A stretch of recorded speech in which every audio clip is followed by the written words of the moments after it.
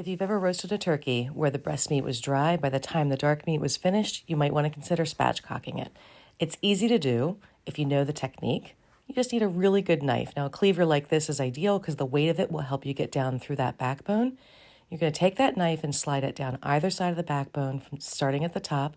And if you come across a hard to cut place, just go ahead and use the weight of your cleaver to crack through the bone and keep on cutting. When you remove that backbone, don't forget to save it because this is perfect for making stock or gravy. Once that backbone is removed, I find it easiest to put my knife inside and make a small cut. It allows you to open up the inside of the breastbone, and then I'm going to flip it over, and you're basically going to give it CPR. You're going to need to put a lot of pressure on the top of the bird, push down, and you'll hear it crack, and that's when you know it's separated. Sometimes you can go up underneath like that and give it a little tug as well.